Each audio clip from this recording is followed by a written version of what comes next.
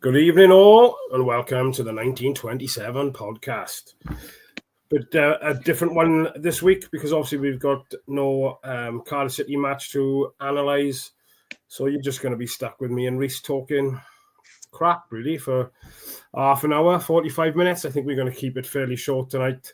Rhys hasn't long got in from work, so I appreciate you jumping on, mate. How's Trex? You okay? Yeah, not bad. Getting cold now, minding it. Yeah, it's getting fresh. I don't mind it, though. As long as it's dry, I'm happy. It's when the rain and the snow comes is a nightmare. Again, I like the snow. It's just the carnage it leaves behind afterwards then. So a couple of days we don't get snow, don't we? We don't get snow. We get ice and rain. That's all we get. Yeah. Close to the sea. Yeah. Too much salt in the sea. What we do. So, I know Rhys's internet's struggling. I think he's pinched Andy Campbell's internet tonight, guys. So if anything does happen, we'll get him back as soon as we can. But let me know as well. If I cut out at any point, just let me know because I have no idea on my end. My phone is just playing absolute shocking type of phone is. We'll get through it. So obviously, if you were a Patreon member, you would have got a notification in the week. Sai put something in the members chat about Omar Riza flying out to Malaysia. There's a bit of info in there. So it's another perk of becoming a member to Cardiff City World. You do get little notifications like that now and again. So yeah, just thought we'd start off by having a quick chat around Omar Riza getting flown out to Malaysia. And basically, what's your initial thoughts behind hearing that? Is that a good thing? What's your thoughts? I don't know, actually, because every interim manager we've had previously, we've not flown him to meet Tan. So part of me's hoping this isn't asking to meet him. This is him saying, I'm flying there, I'm taking initiative, I'm going there to fight for my job. I hope it's that more than anything. I think it's clear to see that the players are happy behind him. I know the last two games haven't gone as we would have liked, but again, it's 2 games. We could win the next 3, and all of a sudden things look rosy again. So I don't know. You don't know with Tandy, what's the problem? You just don't know what he's going to do each day. And when you're clueless as he is, I mean, the last thing you want now is having to go speak to him. I mean, I just don't know. They've paid this consultancy firm to find a manager for us. We've got one. Looks like there. I don't know if Tan's thinking, I've wasted my money now, but I don't know. I don't think he knows what he's doing day to day. My initial thought is, have they pulled him over to have a chat and give him kind of options, really, as, are they going to tell him, look, we're still looking for a manager, potentially. Would you be happy to work as his number 2 type of thing? But then, there's rumours about Slaven Bilic and things, and surely whoever comes in as head coach is going to want to bring their own staff in as well. That's what normally happens, isn't it? Yeah. So it's kind of... Go on, sorry. Go on. No, go on. No, I was going to say, it's like, this is the problem now, because let's say now they say to Riza, you've got the job for now, but we want to bring someone else in. What happens in January if they still haven't found this person? Do they allow Riza then to strengthen January? Do they say, oh, no, because the new manager might not want them to play? It's just a shit show. And yet again, we are hearing all this stuff from Wales Line and stuff and from Sai. The club have said nothing to the fans. None of us know what's going on. Again, the club have no idea. I mean, honest to God, it's like the Chuckle brothers are running our club, honestly. It's an absolute embarrassment. Every time Dalman comes on or speaks to the media, he always says, I want to bridge the gap between the fans and the club. He just lies to his teeth. Honest to God, they're absolute jokers there. They pulled the wool over so many people's eyes. How they'll have any sort of future in football is beyond me. If I was a billionaire, I'd buy the club. I'd have all 3 of them forcibly removed from the stadium and the area. I'd escort them back to a plane and get them out of the country. I'd remove any sort of link to them ever been at our club. They're absolutely disgrace to our club. The fact that fans were not protesting against them is a joke. They were there against Norwich. I did try to get a chant going. Fuck off, Dalman, we want you to go. Couldn't get it going because no one would join in. But he's an absolute disgrace of a chairman. Yeah. Just jumping into the comments because there's a few people coming to say hello. So, evening all. Alid put a comment in before we even started. We want you to stay. We want you to stay. Omar Riza, we want you to stay. Evening, Paul. Part of the furniture is Paul. He agrees with you as well, mate. Communication is poor. Always has been with the club. They don't give a toss about fans, and it shows. I don't know who this lady is. Evening, all. Rhys's mom. Yeah, you're right, but and the biggest thing for me, I personally think, Riza deserves a crack at it. And the biggest thing for me, if they do bring in somebody new, is, are we going to lose the players again? Because it was quite evident that we lost them under bullet the last few games. I think the dressing room was gone, wasn't it? Yeah. And that's my biggest worry now, because it's been quite clear, you've had half a dozen players come out in the media and interviews after games, etc., and speak really positive of Riza and, what he's done since he's come on board. So that's my biggest worry as a fan and concern, is that, potentially we could end up going back a couple of steps rather than, going forward. But, that as well, you think now, right? Say now, Bellamy, for example, he came out and said, I see Ruben as someone plays further back, a bit deeper in the midfield. What if a new manager comes in now and goes, I don't see Ruben as a 10, Ruben's the number 8. And all of a sudden, Ruben can't play the number 8, and he goes, I don't think he's good enough, we'll just get rid of him. You bring someone in who has no idea about the club, the players, the positions. I just think the club are just going from one situation to another, hoping that each time it'll fix itself. And it just gets worse and worse. I'm not being funny, right? But I don't know who is advising Tan, because the decisions he's making is baffling.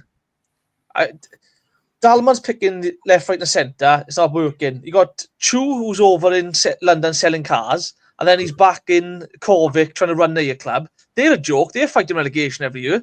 Their manager walked out, I think, 2 seasons ago because of the shit show was over there. He's employed 2 utter clueless idiots to run a football club, and he wonders why he's losing money every month. Take a look at the 2 in charge, like.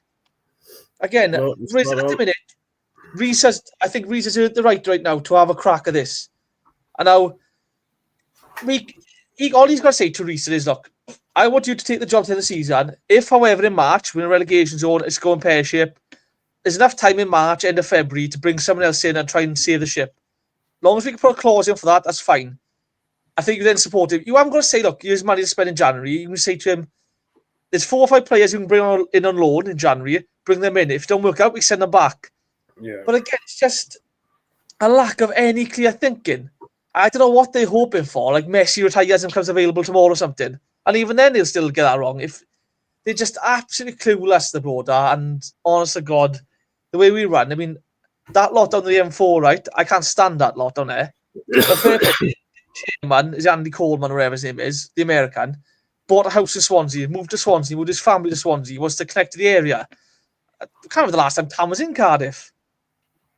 No. I mean, if you were asking to point Wales on the map, you wouldn't have a clue. Like, honest to God, absolute joke, yeah. Yeah, you're spot on. Martin Ryan, I think Tan has invited Riza to Malaysia to discuss the strategy for the rest of the season. Paul, players too have been honest and said that the right things as well as Riza, but with no one running the club day to day is beyond me. Proper butchers. Evening, Chris. What about Mark Robbins, who recently left Coventry? So let's have a chat about him then. So another one who's done a great job at Coventry, I think, personally. When I was speaking to a Coventry City fan at my daughter's parents' evening, funny enough, on Wednesday, and as fans, I think they were quite disappointed to see him go. But I don't know if he'd be the right fit for Cardiff, if I'm completely honest. My personal opinion. First and foremost, he's done a wonderful job. He took Coventry from League 2 struggling. At the time, they were playing in Northampton Town's ground because the people who owned the stadium wanted too much money or something, so they were playing home games in Northampton Town.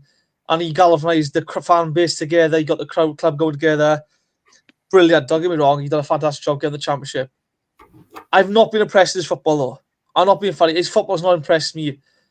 I think we got someone at the club right now who shows they're doing a job. Why do we need to gamble on Mark Robbins? Who might... Again, I mean, I'm trying to think, right? He's done a wonderful job at Coventry, but before that, I can't think of a club he was at that he did a marvellous job at. You know what I mean? I can't think of somewhere where he's been as really worked and clicked for him. So he's been at Coventry a while, hasn't he? His record's not the best. I don't know. I've not been impressed with his Coventry sides. They've done well in the leagues, but I don't know. I don't think fans are unhappy with Bullett's defensive tactics. I don't think he set the league alight with attacking free-flowing football that our fans have been demanding. So I don't think he's done anything to want the Cardiff job, if I'm honest.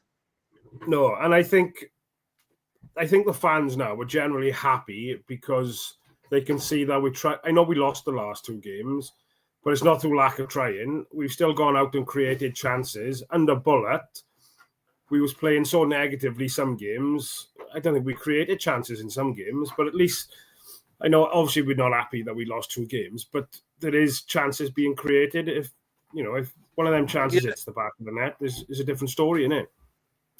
That's the thing as well. And to be fair to me, he's doing it really without. I don't want to be disrespectful to Robinson a minute, but because he drops deep as a 10 most games. But we're doing it. Look at the line. If Robinson's not there, we've got no striker. Kanga's not a British footballer in this league, so he's doing it with his hands tied behind his back. Really, a very thin squad. You lose Robertson, and all of a sudden you're playing CO, which is great, but you lost an attacking player there. You lose Ruben, you've got no real number 10. He's doing it with hands tied behind his back. He needs January to strengthen, but again, I don't trust the Chuckle brothers to get anything right for this club. So for all we know, we'll get Mike Bassett and Doddsy come in charge now. So just don't show Mike Bassett in the Right, let's have a little look at the comments because there's a few in it. Jonathan Davis, Dalman and Chu got brought in as financial experts. Our finances are as bad now as when they got you. If they can't get that right, what hope have we got on the football side of things? Spot on, John. I tell you what, I agree with that actually, because I'm not being fair. I could have a go at that club right now. I don't think I'd be losing £3 million a year. They must be buying Fredos at this inflated rate, I reckon. Well, because most of that money's probably going out to blinking paying off ex-managers we've sacked, I expect. Not only that, Denver Dalman said, I don't take a wage from the club, but he gets a massive consultancy fee. Yeah. I mean, come on, if you're still losing £3 million, maybe it's the board that needs to be trimmed down a bit. Get rid of one of them 2 clowns. This is a great comment I'm going to put up on the screen now. And it'll be interesting to see the views on people who are watching. There's been some rumours in the press this week that Andy Campbell's favourite manager is looking and interested, or there's rumours. But what's your thoughts on this comment? How about giving the job to Rhys and taking up Dave Jones as a technical director? Oh, see, Dave Jones' era was my favourite era of Cardiff City. Like, honestly, it's most exciting. It was just the best time, I think, back then. It was towards the end in Indian Park. It was just a great time. Dave Jones is someone with a lot of contacts in football and a lot of knowledge. We need someone with knowledge at the club because, let's be honest, you show Dalman a rugby ball and he'll probably think it's a football. So that's how clueless that lot are. And you look at all the players that Dave Jones signed, right? Peter Whitnam for what? 350,000. Roger Johnson, 275,000. Chopra, 500,000. Steve McPhail, free. The list of players Dave Jones signed on the cheap and on the free and on loan. If you can get someone who has that kind of knowledge, or eye for a player, Jesus, well, you're laughing. Yeah. I mean, just get him in. I mean, you need someone with experience because what we got now is just a joke. The transfer committee, I mean, they signed in Simic, who apparently is not ready to play for Kovic. They must have signed Kanga, who couldn't hit a barn door if his life depended on it. They signed, I mean, Agbo last season, who, fair play to him, he got like 4 goals because he was in the right place at the right time. Other than that, he couldn't hit water if he had a vote. Some of the players they signed, this board signed. So, yeah, let me give us Dave Jones. Give us someone with some football knowledge. Warnock's doing it for Talk United. Why can't we just get someone in with some knowledge? I would honestly love to see him come back, I think. And I think it'd obviously give Rhys more support in that management role because, let's be fair, he's been quite open and honest that he's passionate and he wants to do the job. But most of his managerial experience then has been with the younger squads, the under-21s and the academies and things. But like I said, I personally don't think he can do any more to, put his hand up type of thing. And obviously I know the last 2 results haven't gone his way, but Prior to that, I think he's done everything we can, and I think we spoke a little bit before we come on live where, it's disappointing that we've been dragged back into that relegation zone now after a really positive October. But it just goes to show how tight the league is.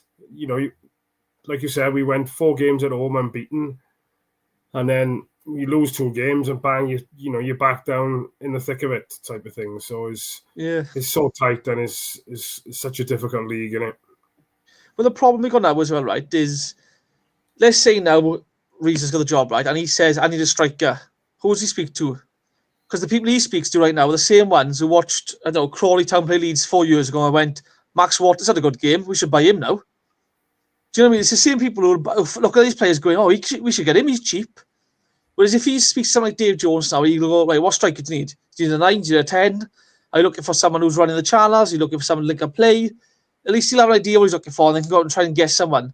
Because right now, I don't know what they do when they're watching YouTube videos, I reckon, and just going, he looks like we'll get him. Because this signing system with you picking some of them are a joke. Yeah. Right, let's dip back into the comments because there's plenty in there. Phil Jones, I have a feeling that once the Emiliano Sala court case is done, Vincent Tan will be selling the club. I think the club should stick with it at least until January. Yeah. Oh, I hope Tan. The worst thing is that the saying is better the devil you know, right? But he's not a devil. He's not good enough to be a devil, Tan isn't. He's too thick to be a devil. I'm not being funny though, but whoever does buy the club, the first thing they do is come in and they go, right, the red seats are now blue. That little worm on the badge, that makes no sense because we're a Welsh club, not an Asian club. That worm is gone. Your badge is back. All trace of any red is gone. And all of a sudden, then the new owner looks like a hero to us all. The first thing you do, and you win the fans over. Straight away. I mean, I can't wait till they've gone. Take Dalman with you as well. Honestly, just don't come back. Just up. Oh, it's not 9 o'clock yet, is it? So I can't swear, really. No. But just do one. Rhys is ranting. Lauren Evans, after our track record with sacking managers, I think anyone would be daft to want the job and work with a board who are utterly shocking. Why would they want to do that? The thing is, I know it doesn't look, the track record is not great, but, Cardiff potentially, we're a massive club, aren't we? The potential is got. Yeah.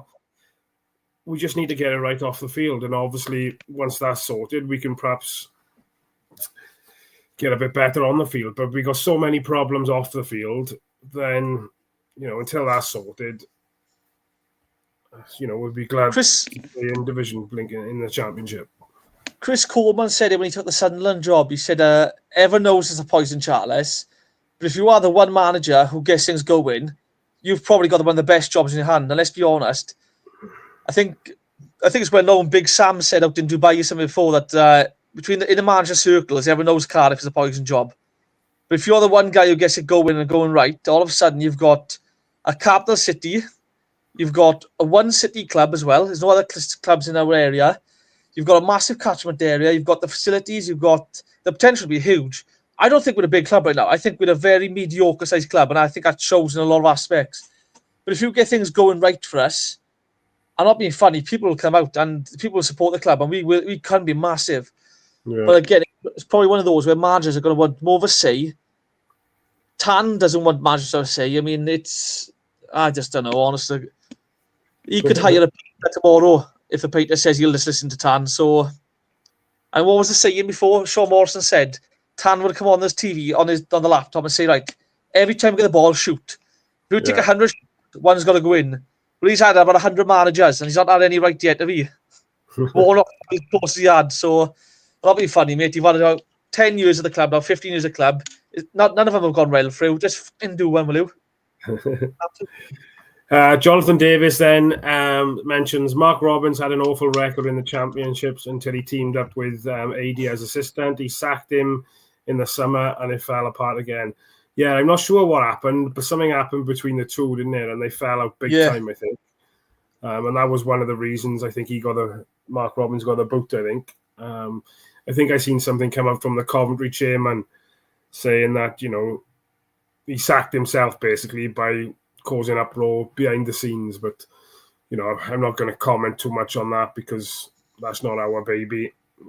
Let Coventry City fans worry about that. Paul, let's be honest, Butcher, they haven't declared what they're doing. There's at least 6 to 8 managers who would be very good for us, but they seem to only go for yes men. Tan don't like to be challenged.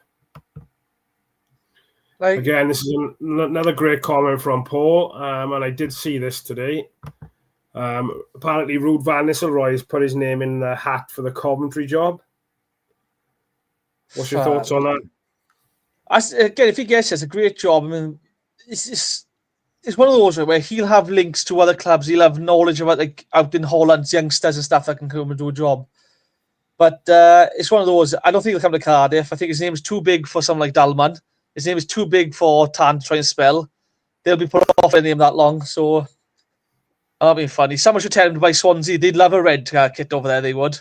You might do one and go off over there. Change your swan to a dragon. Change it into red.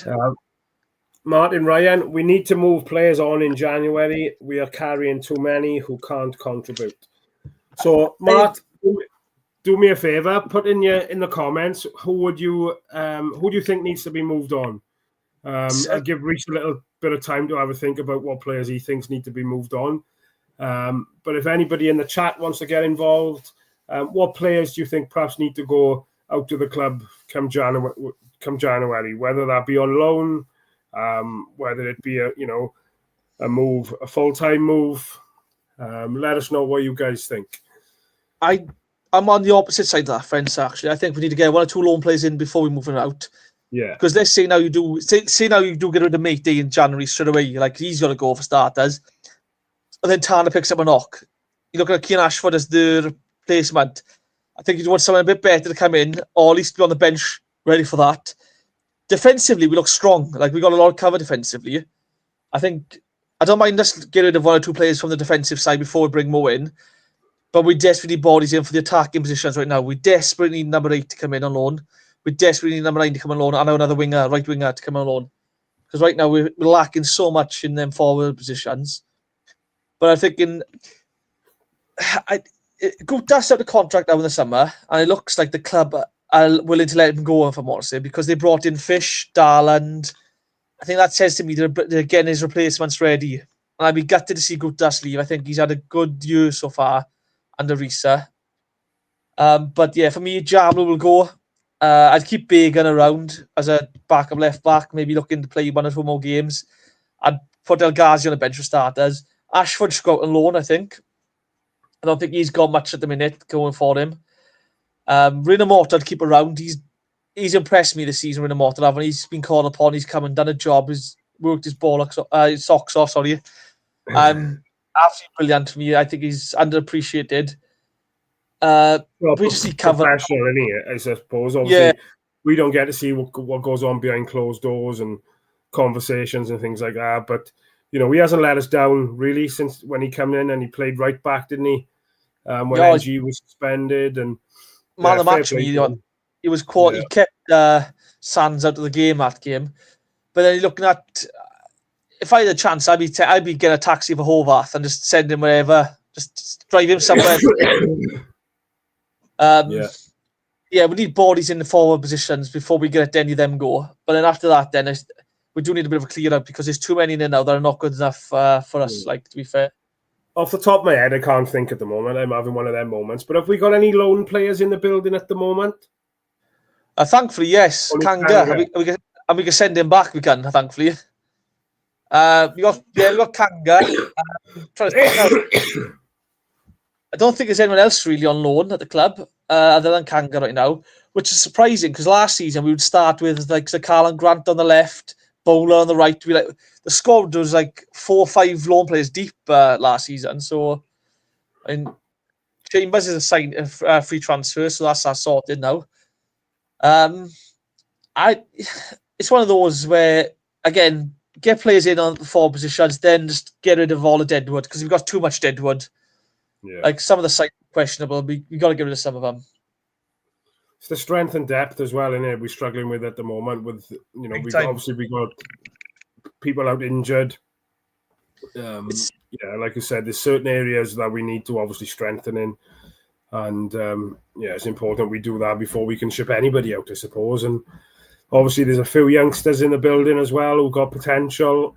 Obviously, for whatever reason, he's been reluctant to use the youngsters at the moment. And I think we've discussed this, haven't we, in previous shows about he's going job with a tried and tested to fight for his job and things. Yeah, I think that's the case, which is, again, you like to think if he gets the job tomorrow, Rindolph's on the bench ahead of Kanga. You just think things like that. K Parky was on the bench. You just think hopefully that's what's going to happen. But again, we just don't know what's the problem. Yeah. So Martin Ryan's players he would ship out would be Jamalu Collins, Siopis, Matty, and Kanga. Thanks for your replying to that. Rhys Lasky has put in bring Conte back. If he's not playing, could be a useful option from the bench. I think we said back when he went out on loan, didn't he? Did he? I'm sure he played in that Southampton Cup game we went down to watch, didn't he? And I thought he was... Yeah. Did he play in that game? Yeah, he got Southampton game, I believe. Again, it was, I think, the Bristol Rovers game, I think he played as well. I mean, like Eli King and stuff playing as well, them games. Yeah, and I thought he done really well, and I was quite surprised we actually sent him out on loan because I thought he might have obviously... But obviously, Bullock didn't see it. I think K Parky was ahead of him, if I'm honest to. Yeah. I think the pre-season, K Parky really was a standout player for us pre-season. He came out of nowhere. None of us had really heard of him. And all of a sudden, he was 3 or 4 assists, balling up down the right-hand side, linking up well with Tanner. Defensively looks solid. I think he's ahead of him, I think. That's maybe why he let one of them go out alone. Jonathan Davis said, Hovarth, Kanga, Collins, Matey, out permanently. We need a fast winger, prolific striker, and a young high potential backup keeper. It's a good shout, John. Yeah, Hobarth can do one. Martin Ryan. Cardiff are adverse to using loans from the Premier League as they are very expensive and restrictive in terms of playing commitments. I don't know. No, I was going to say in the past we've had like Tommy Doyle, didn't he? Was he with Man City when we had him? Yeah, Tommy Doyle came in. We had Corey Dramer from Leeds at the time. They were in the Premier League. We had, was it John Hugo? Was it Norwich? John Hugo was from, I think, at the time. Again, we've used the loan market really well. We had last season, Brand Wilson on loan for Man City. Yeah, Man City as well. We've always used the loan market from the Premier League clubs really well, especially youngsters. I think the last 3 or 4 years, I think teams have been more approachable by us, I think, because they've been more impressed with our style of play. So they can see a pathway for the youngsters to develop and play a certain style with us, I think. I think that has helped a lot, that have. So I'm more than happy to go back and... If you get another Tommy Doyle in a loan, I mean, you're laughing. He was a stand-up player for us, big time. I mean, yeah. There's players out there on loan. Just get him in. We need bodies in forward positions. The right players, obviously, but they are out there. That's Wolves. Is he at Wolves now? Am I right in saying that? Yeah. Is that a loan move or no? Man City sold him in the summer. I think they put a buyback clause in as well and a sell-on fee. So I can't see him coming back. He also played in the Brighton game a few weeks ago where Brighton were like 4 men against just him. He somehow won the ball back and set up the goal and the assist and stuff. So he's playing for Wolves now and again. I mean, yeah, Philogene on loan as well from Jonathan Davis. Another player for the Premier League. They are out there. Clubs are willing to let them come to us as well. I think that's been a big shift at it from previous years where we've been more forced to play like Chris Gunter because we couldn't get a Premier League right back on loan. More forced to bring Darcy Blake through because we couldn't get someone else on loan. So I think clubs are a bit more open to us, some players now. And again, Kanga you can send back. You got 5 slots open again, Alan. Yeah. I mean, I've seen a video when you're talking about right backs, but they have Mark Delaney's goal against Chester City, and I think we beat them 6-1. I think that was an FA Cup game. I can't remember. I'm not sure if it was shared on the club's Facebook, but I seen it this morning. A hell of a goal. Took it off the keeper and went all the way on his own. Right, let's get back into the comments. Fair comment here from John. To be fair, Tan has done a lot for the club, putting a lot of money in. It does seem that we have reached a point, though, where change is needed. But will we get an owner who will put the club first? See, my view is, right, he's been forced to put a lot of money into the club because he's wasted so much. And he's only doing it so that when he does sell it, he sells it for the maximum price. Because I think if he doesn't put the money in every month, And all of a sudden, we're League Two. You're looking at a £3-4 million club rather than a £60 million club. So I think he's doing it that way. But again, I think he's been a bad owner for Monster. I mean, he's come in, he's changed the badge, he's changed the colour. He's divided the fan base. You can't judge. I don't think you can judge someone until after they've gone. That's what I always say. You can't judge a manager until after they've gone and you see where you are when you joined and where you afterwards. I say the same with Tan. You can't judge him until he's gone. And right now, we've gone from 2 Premier League seasons. Well, I only saw 1 Premier League season. I don't count the red one. But with our team that's fighting relegation week in, week out, every season, like, I think we look a bit worse off now since he's come in. I don't lie. So I'm not a fan of Tan. I just hope him, Dalman, I'd go do one soon. Like, go away, never come back. Just don't bother watching us again. Do us a favour. We don't want to. Yeah, Phil Jones, you got a list of players to ship out as well. Rolls, Collins, Kanga, Matey, Ramsey, Hovarth. Too many high earners who are not contributing. Rolls, I don't know. I'd probably still keep him in and around the building. To be honest. Yeah, I want Rolls and Ramsey. A player-coach contract. They're both impact subs now. Keep them amongst the youngsters and stuff. I mean, have players like them too in the academy working with the kids and stuff. Oh, do you mean they're 2 players who come through the academy in some regards and have made it. So you'd want that around the club. Yeah. Jonathan Davis, Rhys come mainly from youth setups. I wouldn't be surprised if he would love to gamble on our youth, but needs job security first. Gambling, trying to earn a job. If it goes bad, he's out the door. Yeah, I think that's something we've touched upon quite a bit. Here's our friend from up north as well, Mr. Paul Graham. How are you guys getting on in general? My club, Sunderland fan, am I right in saying that? Yes, Sunderland Athletic Football Club. Yeah, brilliant. I've hit a wall with injuries and suspensions, which I feared, to be honest. Hopefully get a few additions in come January. Paul, nice to see you in the chat, buddy. Yeah. We've had a really good 6 weeks, I suppose. October was really good. Really positive results. It's just the 2 results before the international break kind of pissed on our chips, really, to be honest. Excuse my French. But, if we could have picked up, a point or 3 out of the last 2, I think couldn't have gone any better for us, really. Rhys could have.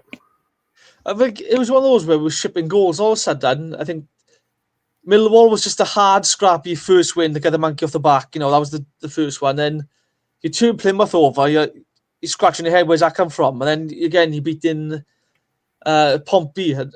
That's a 6-pointer. That is. Let's be honest. That's 3 points off them. And so the Norwich game then was a bit of a poor performance. In the second half, we came alive. Massive 3 points. A couple of draws in between. West Brom draw, a good solid point. But then 2 losses against teams that we will expect to see up there. Again, you could win the next 3 games with 9 points, and all of a sudden you're out to the playoffs. This is the greatest league in the world for me because it's so unpredictable. And again, 2 wins, and all of a sudden you've gone from relegation fodder to hunting on the pack. Yeah. Jonathan Davis, got to put this comment in here because he is right. I hate the mentions of the amount of money Tan puts in. He's owned us for a decade. It just shows how badly him, Dalman and Chu have done at their jobs that it's still happening. So before I let you jump in here, do you think it's only still happening because of all the shit that's going on with Salah? And as soon as that, I know we've talked about it a little bit, but I just got that feeling that once this thing's sorted with Salah, and it's a sad thing that it's still being dragged up and nothing's been done or whatever already because, sad enough story as it goes, bless him. But I just think as soon as that's done and dusted, good night, Irene. He's not going to plough any more money into us, I don't think. I agree. I think once the Salah case is done, he's selling up and going. My worry is right now, a lot of our expenditure is on loans. So Dalman has loaned the club money and he's got big interest rates. What happens when Tan sells? Does he sell only his share? I don't know if that means Dalman still owed money with the club and he stays on for the next guy. I don't know what happens. What if Dalman tries buying it off Tan? Like that's another worry. Imagine going from Tan to Dalman. You're like basically asking someone else to take your wife home instead. Like doing. That's a nightmare. I don't need it on the club. I want them all gone.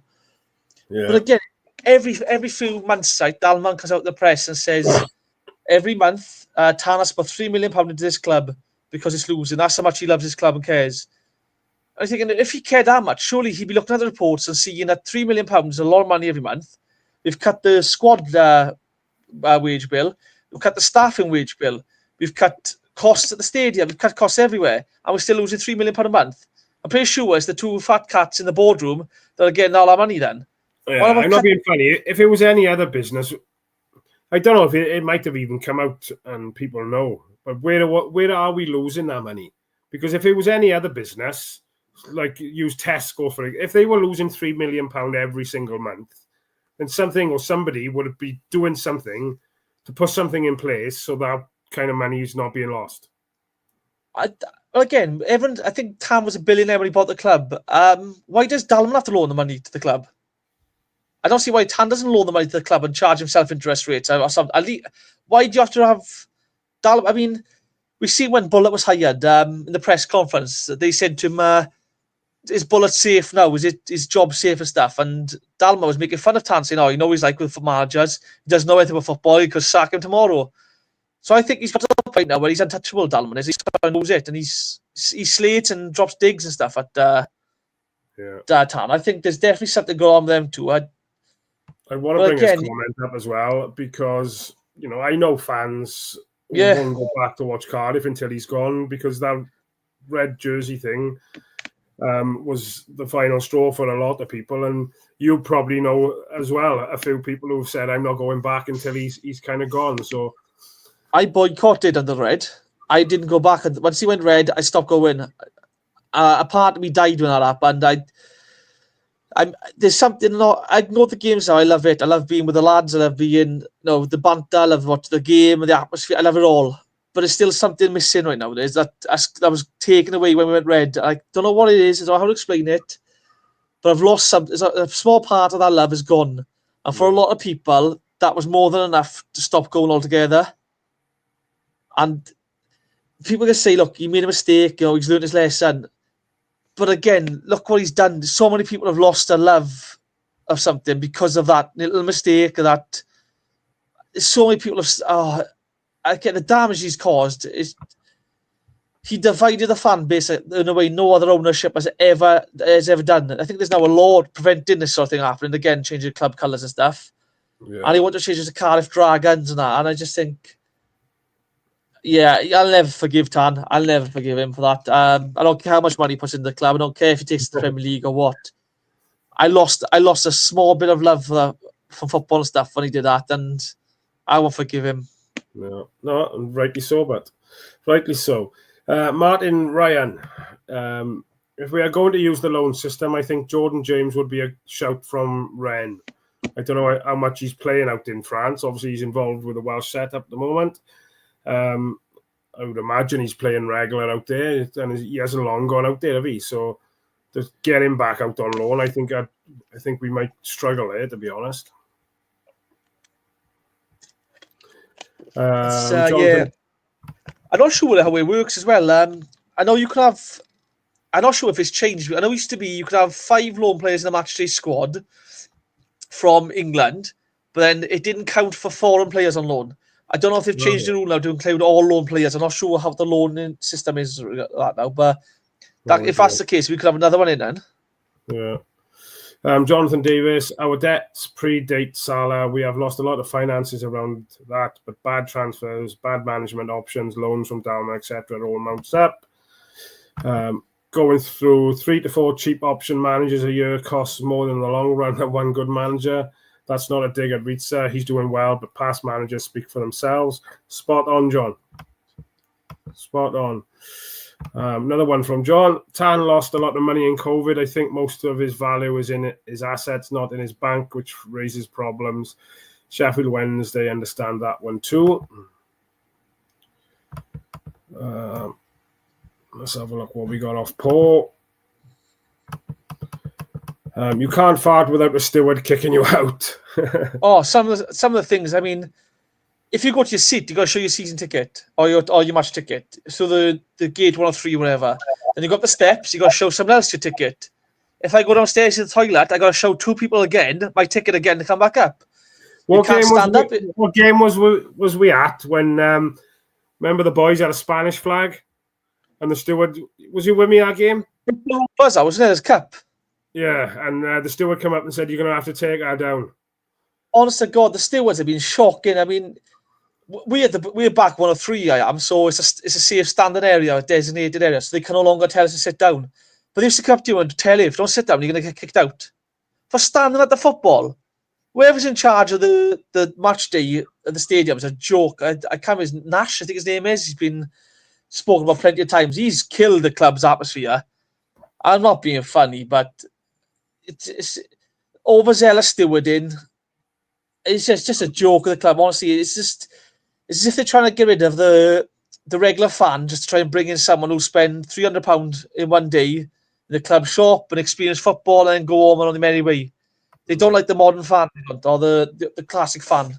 No. Jonathan Davis, just to touch back on the fans that we've lost and type of thing. We lost a lot of fans over the change of kit. Even our friend Sai didn't want to go back for a long time after that, and he's one of many. Paul Graham, we've been in your situation with Ellis Short. Yeah, fair enough. He ploughed a load of coin into the club, but too many overpaid flops. Touch wood, we're in a better position these days. Yeah, you seem to be in a better position. Mind. I think that they've sorted a lot of issues out as well, Sunderland. I remember when they went down first on, there was I think it was Jack Rodwell was on about 75 grand a week in the Championship, and he wouldn't get off the injury table because he wanted his money. And then since then, they went on, I think it was Josh Meyer, you had as well, and you sold him. They've sorted themselves out, Sunderland. They've got a rich owner mind. I know I remember seeing a lot of fans weren't happy when Tony Mowbray went. Then they brought LeBrew or whatever, I'm not sure his name, the manager now in. And to be fair, he's done a fantastic job for this season. They're top of the league. They're looking strong. I think they're most people's favourites now to go up. Yeah. And again, you just want a decent owner. That's a guy who doesn't know much about football clubs, but he's brought in experts to do a lot of thinking for him. And our experts are Tom, Dick and Harry at the club, do you know what I mean? Yeah, you're right. Martin Ryan does say about Jordan James, he hasn't played for Rennes since September, so that's interesting, that is. I didn't know too much about that. Paul says then, Wayne Nash, ex-groundsman, come ask Kisser. That's the one, yeah. I think you mentioned this earlier as well, but the red seats is another thing they don't seem to realise really annoys the fans. It's a constant reminder of a stain in our history, and we need them seats turned to blue and make it feel like home. Spot on. Rhys, imagine when the first new owner now. The first thing you do is you go painting the blue and putting the badge back the way it should be. Whoever comes in and buys a club does that straight away. All of a sudden, the fans are on board with them. It's the small things like that. Tan's legacy will always be stained for me now. I never respect the man. I never be grateful for anything he's done in the club. And every time I look at them red seats, it is a painful reminder of a bad past we've had. Yeah. No, it's just disgraceful, honestly. Yeah. We are going to look at wrapping up, guys. Nearly 45 minutes in.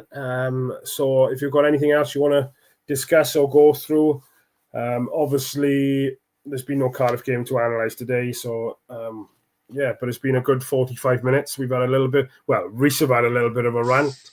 We've had a chat, loads of interaction with you guys in the chat. It's been great to see Paul, Sunderland fan, get involved as well. So thanks for popping back in, Paul. Much appreciated. So we will be back next Saturday. Obviously, Sheffield Wednesday away next week, so it'll be nice to watch some football next week. Me and Rob will be back on Wednesday evening for the Flower Hour. But yeah, it'll be interesting to see what comes of next Saturday. I'm not sure. What are Sheffield Wednesdays? How are they looking at the moment? I don't look now.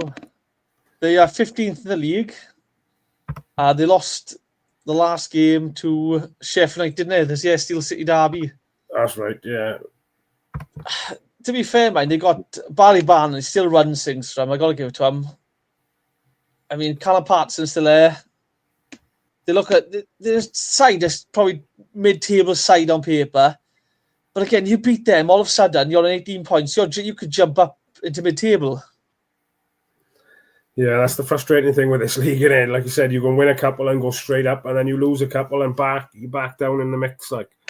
But I think we'll be all right. I don't think we'll end up anywhere near relegation, to be honest. But I think we'll be fine. The longer you stay around it, by Christmas, I hope, we're a good 6-9 points clear of the 3 teams at the bottom. But yeah, the longer we stay in and around it, the harder it is going to be to kind of climb out of it, isn't it? But we got Sheffield Wednesday away, then we've got QPR, I believe, midweek game. Should be that one. Cardiff City away as well, who's obviously going through a bit of a transition as well because they've sacked their manager. So I think it's 3 big games we need to obviously target. We want to win every game, of course. But 2 away games, 1 home game. Well, QPR bottom as well. Yeah. That's a 6-pointer, that is. You're taking 3 points away from them and you're giving them to yourself. I mean, it's a massive game, that QPR one is in particular, especially at home. You want to keep your home form going. I know we lost the other week, but you want to keep your home form going. I mean, Blackburn was a but QPR, I think it's. Yeah, I think we need minimum 6 points out of those 3 games for me, to be honest. I'd say 7. I think we could beat Sheffield Wednesday, beat QPR, you get a draw away to Coventry. I think that's a great end to November. I think 7 points at them 3 games. 9 you're just dreaming, but 7 I'm happy with. 6 you're okay with. You got 3 points only. You're kind of scratching your head at that point. Yes, awesome. Rhys, really appreciate the time. Guys in the chat, thank you so much for all your comments. Really appreciate it. Like I say, it's been a bit different tonight because obviously we haven't had any Cardiff game to analyse, but we wanted to keep the 1927 podcast going at the regular time because obviously we know we've built up a bit of a following. We'd like to build up more of a following, I think, Rhys, wouldn't we? So if you can share it and tell your friends, get involved. Like I said, most comments, if we can read them out, we will. They do come up quite fast, mine, so apologies if I haven't read out any comments, but I do try and read out as many as I can. So before we go, Paul has said, I'd love to see what players Riza would bring in because he knows a few players. Jonathan Davis, QPR have a lot of injuries. JCS and Chair are massive misses for them. And yeah, well, let's be honest. Let's wait and see after the international break now because it always frightens me when we got players going out on international break and it's just touch wood. We come back and they're injury free. But before we go as well, don't forget, guys, it's November, so check in on your friends and your loved ones. Keep reaching out to them all. Make sure everyone's doing well. Also, if you can like and leave a comment after the pod has ended, it does help us as well reach more people as well. Awesome, top man. Really appreciate your time, Rhys. I know it was busy and you're rushing to get up when you got home from work, but really appreciate it, buddy. It's growing every week, I think. So yes. Just keep it going now, but exactly. I'm so egotistical. I love getting recognised and stopped. So the more times that happens, the more my ego grows. So happy days. So it's good night from me. And good night from me. Upper City. See you next Saturday, everyone. Cheers, guys.